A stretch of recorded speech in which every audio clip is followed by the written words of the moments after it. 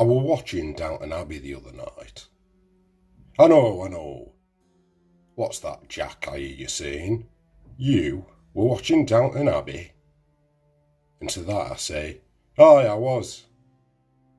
I know I'm big on the ghosts and ghouls, but every so often it's nice to just sit down with a brew and indulge in a bit of light period entertainment. You know, something you can just absorb, not pay much attention to, like. I mean, it's not been on the telly for a good few years, and barring the odd film, not exactly relevant in regards to the wider conversation. But in my humble opinion, it's a nice one to revisit. I mean, when you think about it, that's what the show's all about. Once you get past all the costumes and upstairs, downstairs drama, it's a show about revisiting a particular time and place in British history, albeit a rather rose-tinted one, of old aristocracy, country estates and great houses, or more specifically, a time before the fall of such institutions, before the rot and ruin set in, and such old ways became naught but anachronisms. You see, in many ways, Britain is a land of fallen houses, the topsoil barely concealing the bones of stately homes long demolished.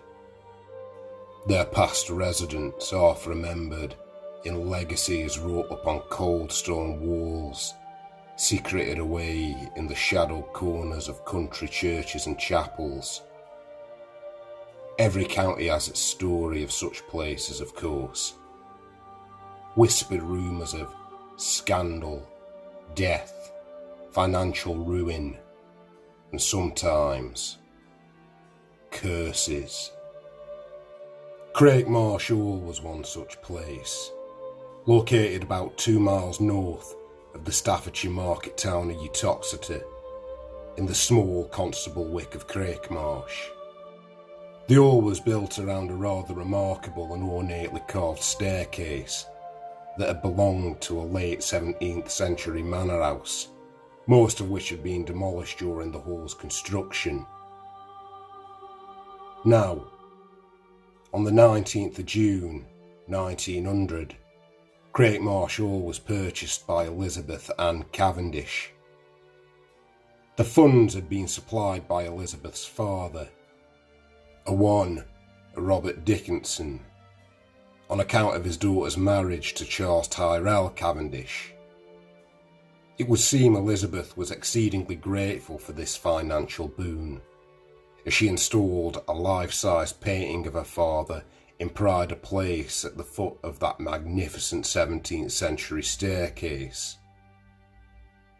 At first things went well for Charles and Elizabeth, settling into a life of conjugal bliss at the Hall. However, 3 years after taking their seat at Crakemarsh, tragedy struck. Charles, it seems, was stricken by some kind of madness and was committed to what was then known as the Royal Cheadle Asylum, where, alas, he died, leaving his wife a widow and his son, Tyrrell Cavendish, heir to the estate. But this would not be the only tragedy to befall the Cavendish household. You remember how I mentioned that painting of Elizabeth's father, Robert Dickinson?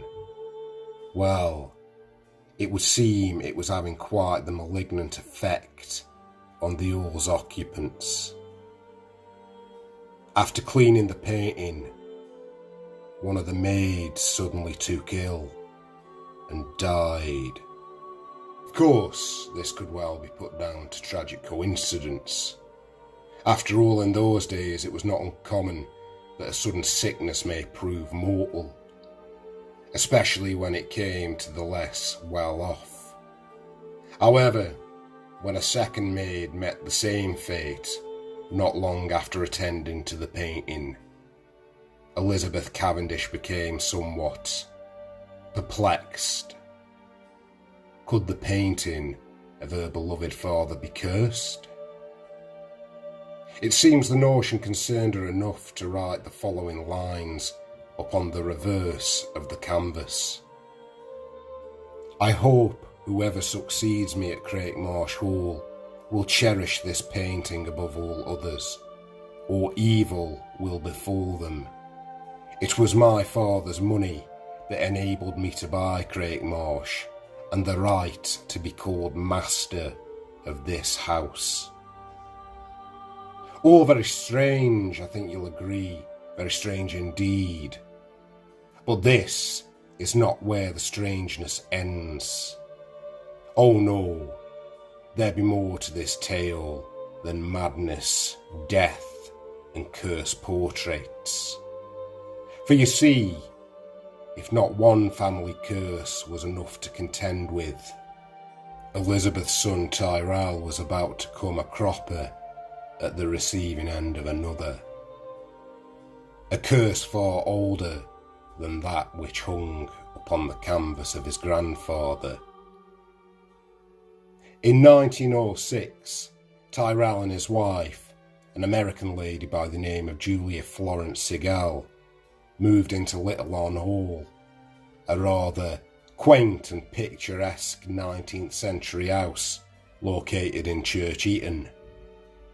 However, despite its welcoming exterior, Lichfieldlore Hall had a bit of a reputation for being a place of ill luck, on account of a rather sinister stone that seemed to stand guard at the foot of the Hall's gates.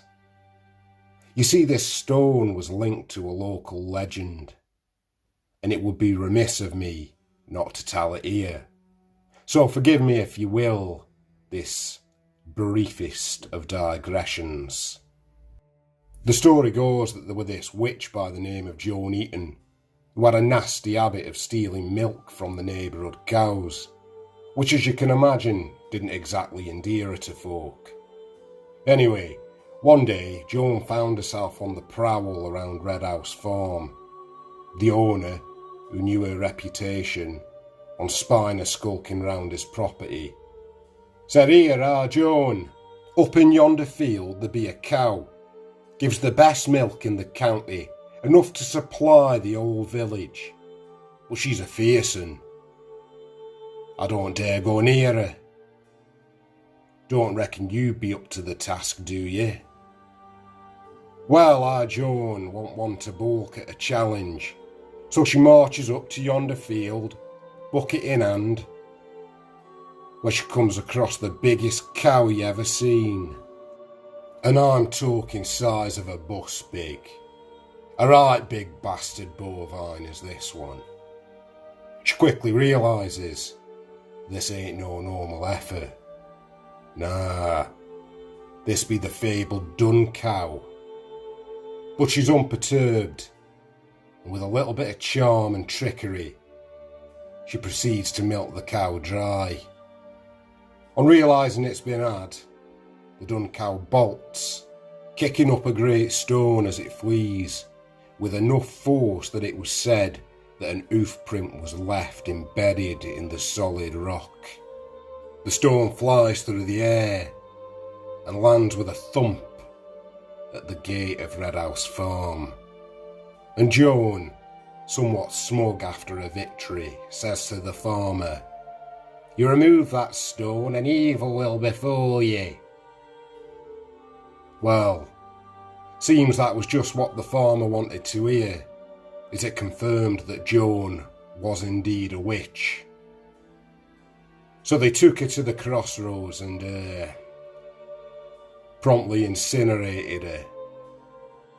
At some point in time, the stone was relocated to Lichfieldlore Hall, and as Joan prophesied, evil did indeed befall Red House Farm and the surrounding area, as not long after the stone's removal, a blight fell upon the cattle of Church Eaton.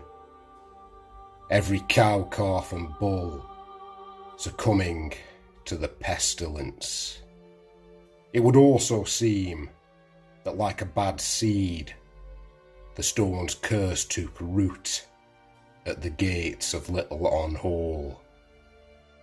Stories abound of horses being spooked by it, their riders thrown, their heads dashed to pulp upon the road. Many were the attempts to remove this stone. It is said that 16 horses were employed to pull it from its earthly casement, to no avail. And within a week, each one of them horses were dead, succumbing to that same wasting sickness. Finally, a local man was given the task of burying the stone, a task he took to with great vigour. But his efforts were in vain, for the stone could not be concealed. The poor man, though he did not know it, was digging the earth of his own grave. And like the cattle and horses before him, he too was taken. Henceforth, the fate of those residing in Lichfieldlore Hall would be bound to the stone. And it was said that if the stone were to sink further into the ground, their fortunes would founder. Now to worry about though, surely. Be a rate, won't it? Well, just so happens that the cursed stone would indeed sink. Just days before Tyrrell and his good lady wife were set to board a ship to America, and a rather infamous ship at that, the Titanic. Stranger still, Elizabeth Cavendish had warned her son about boarding this doomed vessel after dreaming that the ship would sink. It would seem Tyrrell had experienced a similar premonition himself, something that is ominously brought to mind by the fact that Tyrrell's last will and testament was dated April 9th, 1912, but a day before the Titanic's departure. You would think that all these portents of doom would have given Tyrrell and his wife sufficient cause to cancel their trip. But alas, these sinister warnings went unheeded. On the 10th of April 1912, Tyrrell and Julia Cavendish, along with their maid, travelled to Marketing Hall in Derby, where they left their two young sons, Henry and Geoffrey, in the care of Tyrrell's aunt, Elizabeth Mundy. After bidding their children farewell, they set off for the docks of Southampton, where they boarded the Titanic. Of course, we all know what happened next, but it must be noted that in his final hours, our good Master Tyrrell acquitted himself with great gallantry and heroism. On being informed that the stricken liner was sinking, he escorted his wife and maid to the lifeboats. Satisfied that they were safe, he then set about aiding others in evacuating the ship, at one point being forced to hold back a crowd of panicked men with his revolver. He was last seen alive talking to a friend. "Well, there are no more boats to fill," he said, "so we will shake hands and hope that we meet again soon." After this brief exchange, the two men jumped overboard, plummeting 60 feet into the perishing waters of the North Atlantic. They would never meet again. The body of Tyrrell William Cavendish was discovered 2 weeks later, washed up on the coast of Newfoundland. His body was returned to England and cremated at Golders Green Cemetery in London. It would seem the stone's curse had claimed yet another victim. So what became of Crakemarsh Hall, I hear you ask? Well, as is the story with most minor country mansions, it fell into decline. When Elizabeth Cavendish died in 1933, the hall's contents were put up for auction, including the purportedly cursed portrait of her father. However, the painting was never sold. It remained in situ at the hall until 1980, when it mysteriously vanished, apparently cut from the frame. To this day, its whereabouts are unknown. Shortly after the portrait's disappearance, the hall was gutted by a fire. It was believed the blaze was caused by vagrants sleeping rough. However, when asked if this was truly the case, a representative of East Staffordshire District Council remarked, "Well, I wouldn't like to spend a night there. It is a weird and eerie house, the nearest to a haunted house I've been in. It's an odd place to go in on a bright sunny day, let alone at night." Makes you wonder, doesn't it? Could the sudden removal of the cursed portrait have been the death knell for Crakemarsh? Or was it indeed just squatters trying to keep warm? I'll let you come to your own conclusions. Anyway, you know where I am if you need out. Just ring that there bell and give us a thumbs up, eh? Have a good 'un. I'll be seeing you.